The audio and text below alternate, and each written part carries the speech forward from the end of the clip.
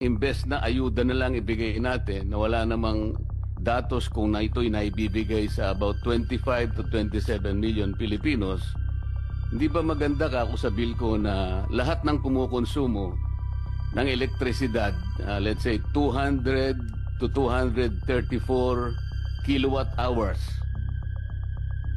ilibre na po natin yun.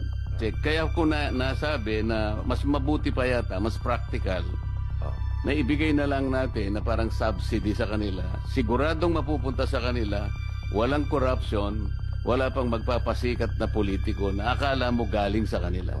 Ang alam ko rin, doon sa Lifeline subsidy, meron tayong pagka below 100 kilowatt hours ang gamit mo. Hindi po, 20 kilowatt hours lang ang nasa Lifeline po.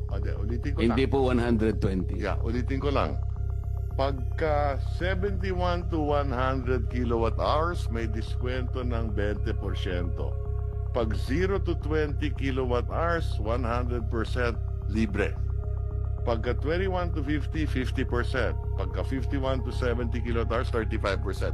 Kabisado ko po yung secretary, laderize po yan. Katapos-tapusan po ang Lifeline, Yes. 20 kilowatt hours. That's Parang ang isang bahay nagsindi ng ilaw isang araw, yung 29 days, hindi na siya Pero gagamit. ang pagkaalam ko dito, hindi napapatupad to. Hindi nga po. Kaya nga, ang gusto ko lang pong sagutin ninyo, mas practical po ba yung iniisip ko na imbes na po ayuda na wala naman po talagang malinaw kung talagang ito'y kinapupuntahan talaga ng targeted sector, doon na lang natin ibase kasi po. Kaya ako binanggit ito, ako sang-ayon ako na dapat patuparin natin to at kung kinakailangan, i-adjust natin na mas mataas. Ayun, nakala ko kasi kontra ka kanina, Hindi, Secretary. sang-ayon nga ako eh. At dadagdagan mo pa pala.